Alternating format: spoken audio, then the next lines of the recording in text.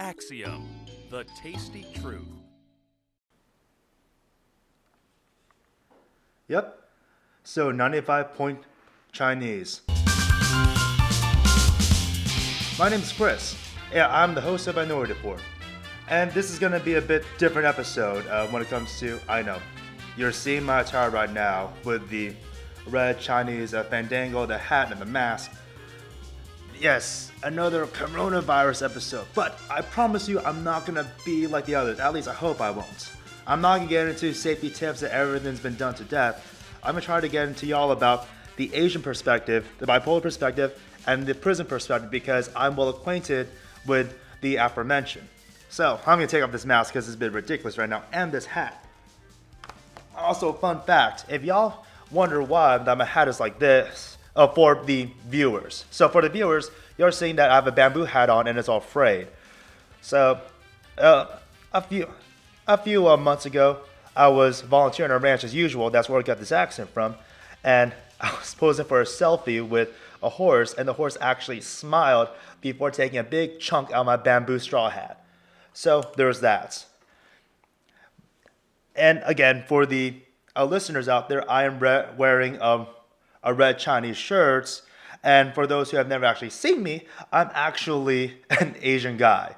So don't let my accent fool you. But anyway, on to the main topic at hand. So about a few months ago, I returned back into political campaign work, but it was really short-lived. I was out in Alabama, and I could see that the voters were more afraid of me than usual. They were hesitant. I mean, they were still courteous because I was courteous, but I can still see the split-second hesitation, the fear, the shiftiness, the backing up whenever they see that my eyes kind of squint. And however, I'm not going to pretend that I'm some sort of victim of racism. As much as I didn't like causing fear in others, I actually had it more fortunate than most Asians. So I am a quarter Chinese, the rest of me is Filipino, which is my strongest feature. So my darker skin, my broader shoulders, my allegedly deeper voice, it puts more folks at ease despite the fact that my eyes do a little bit of a squint. But as I iterate, there are more oriental looking folks who have it a lot worse than I do. I remember back in Alabama, there was this Chinese man who managed a gas station. And he remarked to my teammates that they were the only ones who stayed in the store after seeing that he was Chinese. Everyone else saw his race and ducked. And I know that there's a lot of folks out there who they've done this well before the coronavirus had a massive outbreak in the United States, who went on to say that this is some sort of... They had more emphasis on the anti-Asian sentiments, particularly anti-Chinese sentiments. But I don't believe that this stems from racism. I believe that at the heart of everything, including racism, is the fear of the unknown. That's the most base of human fears. And in the beginning, there wasn't a lot known about the coronavirus. We only knew the origin and that it can spread. Some folks knew it was asymptomatic carriers. So without a lot to go on, folks took extra precautions to avoid those who reflected that. I know it's unfortunate. I've never been to China myself, but I can understand where the fear is coming because fear is not supposed to be rational. And just to harp on this, to where I am not the victim here. The real victims are the ones who are suffering from COVID-19 or coronavirus, whatever you want to call it. Those,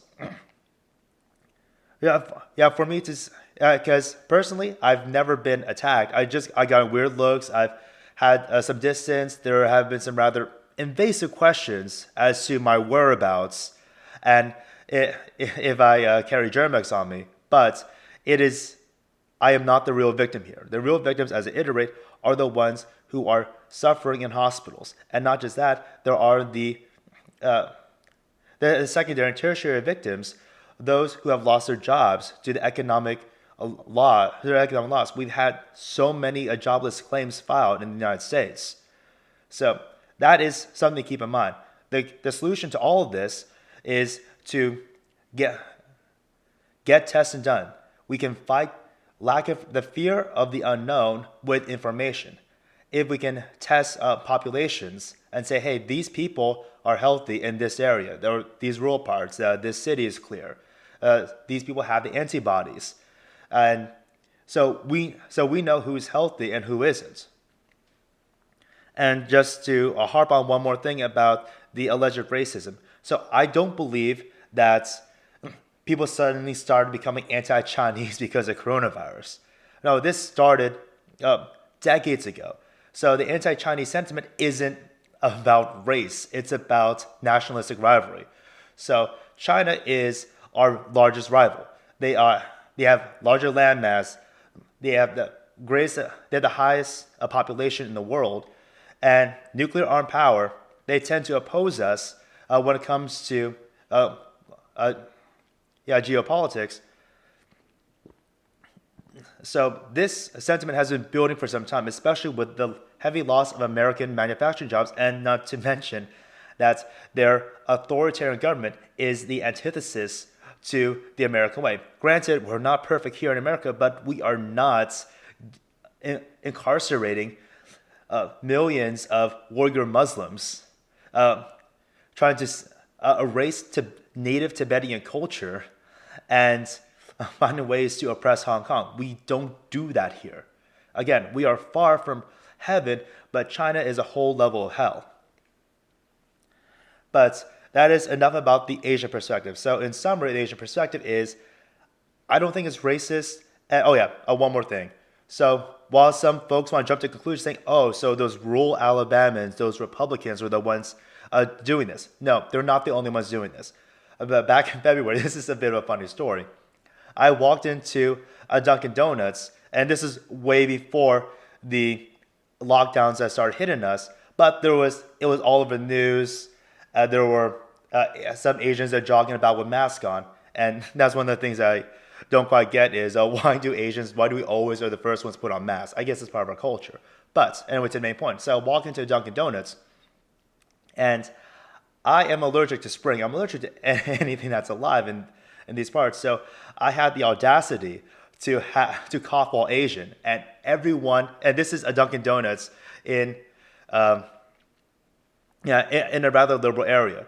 So the staff members, the customers, all froze and stared at me when I was coughing, and I couldn't help but laugh and just made an announcement to the store. Don't worry, I don't have coronavirus. I just have allergies. Sorry, I'm coughing right now because we are still late in spring, and I am still heavily allergic to laugh. But the main point is, it doesn't matter if it's conservative or a rural conservative area or a liberal urban area. And don't worry, I'm not accusing Dunkin' Donuts of racism. Like, that isn't racist, because I haven't been personally injured. I haven't been harmed in any significant way. Sure, sometimes it hurts. Sometimes my feelings do get a little down, but it's not because that I feel that I'm being discriminated. It's because I do not like the thought that I'm making someone scared. Okay, so let's move on to bipolar. So for those of y'all who don't know, I have bipolar disorder. That's why I'm no longer in the Marine Corps. And bipolar disorder, just for those who aren't acquainted with it, it is a mood disorder. It is the high highs and low lows. So normal folks range from sad to happy, while my moods tend to be more magnified to depressive episodes and manic episodes. And just something to keep in mind is that if you have friends who have bipolar disorder or any other kind of mental illness or any kind of mental illness or mental disorder, and more importantly, if they live by themselves, please reach out to them. Isolation, speaking from personal experience, is dangerous for us with bipolar disorder. There is this tendency for us with this disorder we know when we are heading down, we know when we're spiraling downwards or spiraling upwards. Either way, when we're spiraling out of control and we're cognizant of it, what we do is we tend to isolate ourselves. We, out of fear of being a burden onto our friends and family, for this episode to pass. However, this lockdown, this worldwide quarantine, hasn't been faring too well for folks with my disorder. There has been an uptick of suicides for those with mental disorders or with struggling with other issues such as addiction, and not to mention there's a lot of folks who do not have healthy home environments. So there's concerns about domestic violence, and as well as children who don't have regular internet access who are falling behind in their studies. So these are just things to keep in mind on how it has really been adverse to our daily life. This is an incredible impediment that we haven't seen in our generation. So, in summary, for the bipolar part of this is, please, speaking from experience, reach out to those who are in isolation, because you don't know that your phone call, your social distance 6 feet away visit at front of the front door could be the very thing that saves their lives. I know that when I went through my own depressive episode many years ago, that it was a handful of friends who called and messaged me that kept me from doing something that I could never take back. So for prison perspective, I misspoke earlier. I'm not well acquainted with the prison system yet. As of recording, I have finished my first week of correctional officer training. I have a few more to go. But as far as the unit and the training goes, it has drastically affected training. So we're all taking the precautions. We're all 6 feet apart as cadets. But we are, and you see that the offenders, I need to learn this terminology. So the offenders and staff members all wearing masks, all keeping proper social distance. And it's incredibly important. I know I keep saying incredibly important. It's imperative for prison and jail environment, because they are enclosed spaces and not to mention that there's a lot of people who are immunocompromised in the correctional system, because the unfortunate truth of jails and prisons across the United States is that we have an unforgivable amount of prison rape. And this comes with its own slew of HIV infection. And not to mention that we also have a good deal of elderly prisoners and those who have other at-risk underlying symptoms, such as hypertension, diabetes, and so on. So that is just something else to keep in mind, is that prisons can't shut down. So while all this is going on in the real world, I guess, is that don't forget about the incarcerated, as well as the staff members starting to take care of them on how we're dealing with this as well. But yeah, this is going to be a really short episode because I really don't have much to say and don't want to harp on anything else. So in summary, as far as the Asian perspective goes, please don't overdo the racism if you're a social justice warrior. It's not about racism. It's actually more about nationalism and fear of the unknown.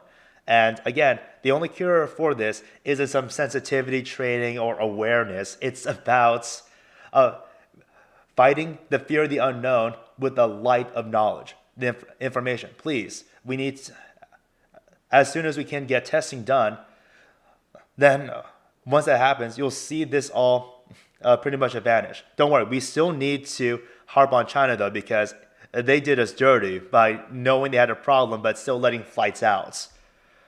And the summary for the bipolar perspective, please reach out to friends if they live by themselves and you know that they have either a disorder or an addiction or something else that might cause you concern. One of the most overlooked medicines is the medicine of human connection. Please give them a gift, remind them of what you have. And I'm still green when it comes to the correctional system, but don't forget about the already forgotten member of society. Granted, I know there's a lot of folks out there who believe in Cell block justice, that if you don't want to do the time, don't do the crime, but that no one deserves to die to a disease. I know that this is rather a hot and heavy episode, but I'll just leave off with, hey, I really enjoy the coronavirus memes. I love it, even as a part Chinese guy myself. Keep them coming, because we can't be so serious all the time. We need to laugh. We need human connection. And we need to remember that this is all temporary. This is not our new normal. So, thank y'all kindly for watching or listening. My name is Kris, and I guess don't get infected. That's my sign off for now. Have a good one.